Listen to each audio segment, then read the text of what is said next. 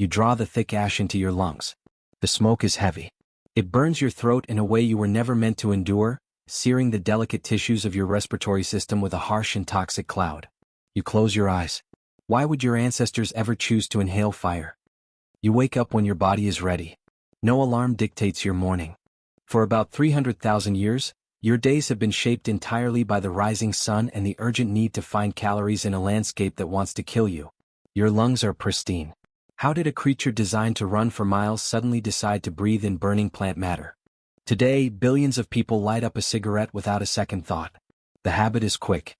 It is a casual, mechanized process designed to deliver a tiny chemical hit while waiting for a bus or taking a break from a glowing screen.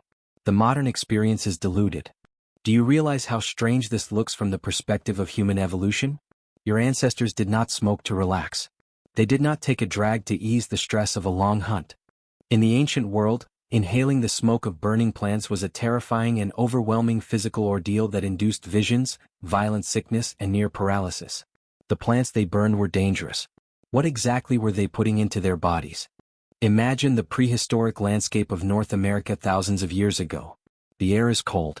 You are sitting by a fire with your nomadic tribe, wrapped in animal skins to preserve your body heat against the freezing night. Someone pulls a hardened clay tube from a pouch. Have you ever wondered what the very first pipe looked like? We do not have to guess about this moment. The evidence is buried in the dirt. Archaeologist Stephen Carmody and his team recently uncovered a limestone pipe at the Dunlap Hunter site in Alabama. This pipe is old. How old is the oldest known evidence of a human smoking? The pipe dates back over 3,000 years. It is a simple, heavy object. When Carmody and his team used mass spectrometry, a scientific method that identifies the chemical makeup of invisible ancient residues left inside artifacts, they found something startling inside the stone bowl. Nicotine was present. Why were ancient hunter-gatherers carrying a highly addictive neurotoxin in their pockets? The plant they were smoking was not the mild, commercially bred tobacco you know today. It was wild tobacco. This species, known scientifically as Nicotiana rustica, contains up to 10 times the amount of nicotine found in a modern cigarette, making it a potent hallucinogen rather than a mild stimulant. Your body would barely survive the dose. Can you imagine the physiological shock of that first breath? Your heart rate instantly skyrockets. Your blood vessels constrict. The massive influx of raw nicotine crosses the blood-brain barrier in seconds, triggering a violent release of neurotransmitters that floods your nervous system and sends your perception of reality spiraling out of control. Your vision blurs. How do you remain seated when the world begins to spin? This was not a recreational pastime. It was a technology for speaking to the dead. The ancient people of North America used this extreme biological reaction to enter trance states, communicate with spirits, and seal binding agreements between warring tribes. The smoke was a weapon. Who would dare to inhale it casually? To understand the sheer gravity of this act, you have to look at the human respiratory system. Your lungs evolved to process clean atmospheric air. They are lined with millions of tiny air sacs called alveoli, designed specifically to exchange oxygen and carbon dioxide with maximum efficiency. Smoke is the enemy. Why would you willingly bypass millions of years of evolutionary defense mechanisms? When a forest fire swept through the ancient landscape, your instincts screamed at you to run. Smoke signaled death. It meant suffocation, blindness, and the destruction of your food sources. The smell of burning wood triggers an immediate panic response in the primitive parts of your brain. Yet, someone decided to capture that danger. What kind of mind looks at a toxic cloud and decides to swallow it? The answer lies in the human desire to alter consciousness. You are not just a survival machine. You possess an imaginative, restless mind that constantly seeks to understand the unseen forces of the world around you. When the physical world offered no answers to famine or disease, you turned to the spiritual world. The smoke was the bridge. How much physical agony would you endure to speak to a god? Archaeobotanist Shannon Tushingham has spent years studying the plant residues left behind by indigenous hunter-gatherers in the Pacific Northwest. Her research reveals a fascinating pattern. Ancient people went out of their way to cultivate and manage wild tobacco plants, even when they were constantly on the move hunting for large game. They worked hard for it. Why would a starving hunter prioritize a toxic weed over edible food? This brings us to a counterintuitive turning point in your human story. You have always been taught that humans settled down and invented agriculture so they could grow food to survive. The standard timeline is simple. But what if the desire to alter your consciousness is actually what caused you to stop wandering? Some anthropologists now argue that humans may have first experimented with farming not to grow wheat or corn, but to cultivate mind-altering plants like tobacco. The effort required to tend these sacred crops forced nomadic tribes to return to the same plots of land season after season, anchoring them to a single location. The desire for the smoke trapped them. Did the pursuit of a chemical trance accidentally invent the modern agricultural world? Let us recreate a day in that pivotal era. You are standing in a small clearing near a river.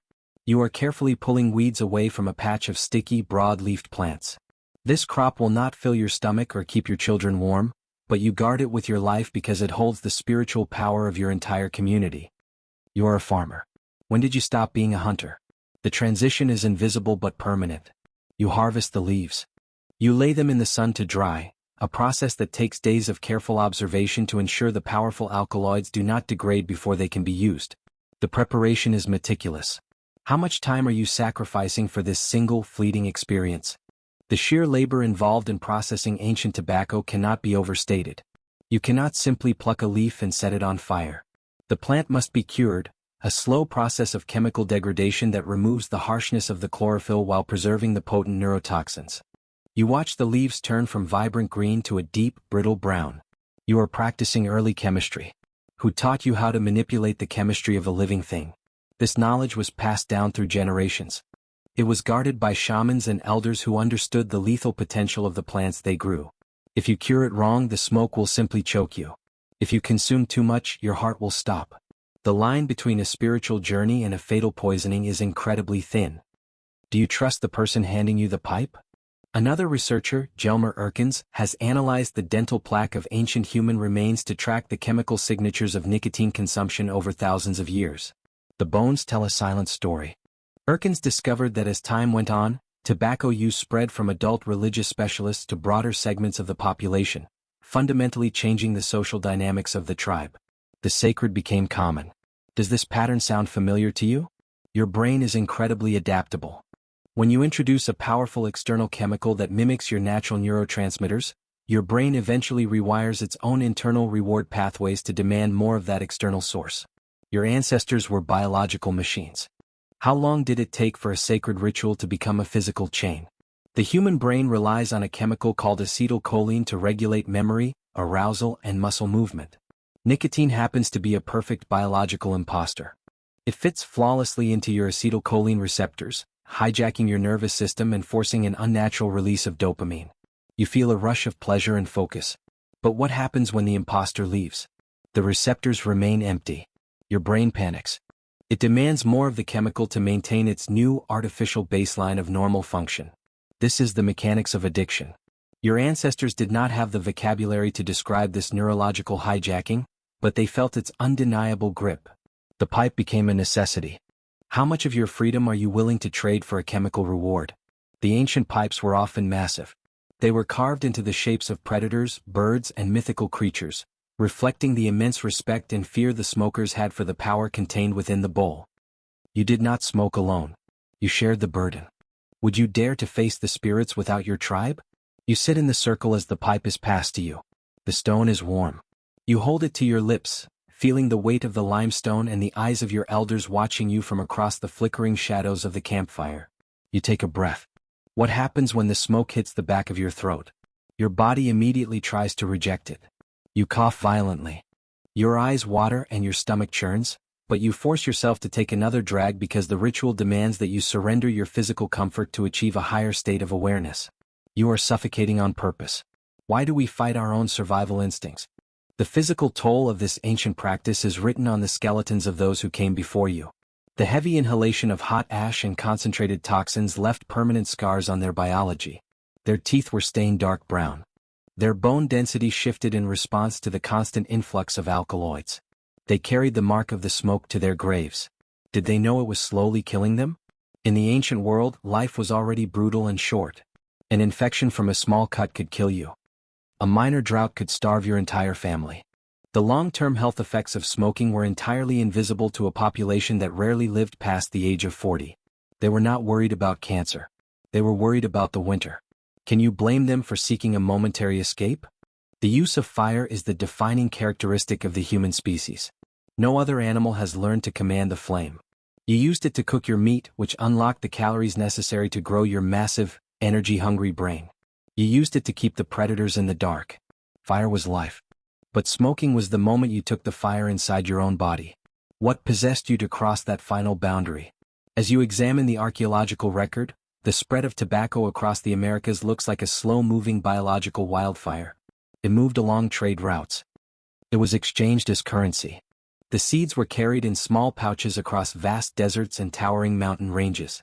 The plant conquered the humans who thought they were cultivating it. Who was really in control? The relationship between humans and mind-altering plants is completely symbiotic. The tobacco plant cannot move. It cannot defend itself from certain pests. But it produces a chemical that completely captivates the most dangerous predator on the planet. By hijacking your brain, the plant ensured its own survival and global distribution. You are acting as its legs. Have you ever considered that the plants are farming us? Modern humans have stripped the power away from the plant. You breed tobacco to be mild. You wrap it in bleached paper, add synthetic chemicals to make it burn faster, and consume it in isolated, lonely moments while driving to a job you dislike. The reverence is gone. What have you lost by taming the fire? Your ancestors understood that some things are meant to be dangerous. They respected the physical toll that the wild tobacco took on their bodies, treating the ensuing sickness as a necessary sacrifice rather than an inconvenient side effect. The pain was the point. When did you decide that everything must be easy? Think about the sheer scale of time involved in this transition. For hundreds of thousands of years, the air you breathed was shaped only by the weather and the earth. Then, in a tiny fraction of evolutionary time, the inhalation of toxic plant smoke became a global phenomenon. It changed your culture. It changed your agriculture. Did it change who you are at a fundamental level? The evidence from Carmody, Erkins, and Tushingham all points to a singular, undeniable truth about your past. Your relationship with mind-altering substances is ancient.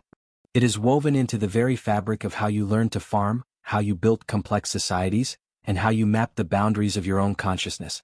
You are a creature driven by curiosity. How far will you go to change the way you feel? We live in a world obsessed with comfort. You have engineered the physical hardship out of your daily existence. You have temperature-controlled homes, padded shoes, and endless supplies of processed calories. But you still crave the chemical alteration. You still seek the dopamine spike. The delivery method has just become sanitized. Why do you still need the escape? The next time you see a discarded cigarette on the pavement, think about the immense historical weight behind it. That small tube of paper is the direct descendant of a sacred limestone pipe carved in the freezing darkness 3,000 years ago. It is a monument to human curiosity. It is a testament to your relentless desire to control your own neurochemistry. Can you respect the history without repeating the habit? Your ancestors sought answers in the smoke. They believed the thick clouds carried their voices up to the spirits of the sky. They used it to cement peace treaties between violent rivals, binding their words with a shared physical ordeal. The act of smoking together was an act of profound vulnerability. You were choosing to be poisoned together. Who would you trust enough to share that risk? The modern habit is completely disconnected from this ancient reality. You no longer smoke to speak to the dead. You smoke to cope with the living. The potent, hallucinogenic wild tobacco has been replaced by a genetically modified product designed for mass consumption and sustained chemical dependency. The spiritual journey has been replaced by a financial transaction. How did something so powerful become so trivial? The story of human evolution is often told as a triumph of tools and intellect. You invented the wheel. You forged metal. You split the atom. But the story of tobacco is a reminder that you are still a biological organism highly susceptible to the chemical environment around you. Your massive brain is both your greatest weapon and your greatest vulnerability. Are you truly the master of your own mind? You look at a modern cigarette.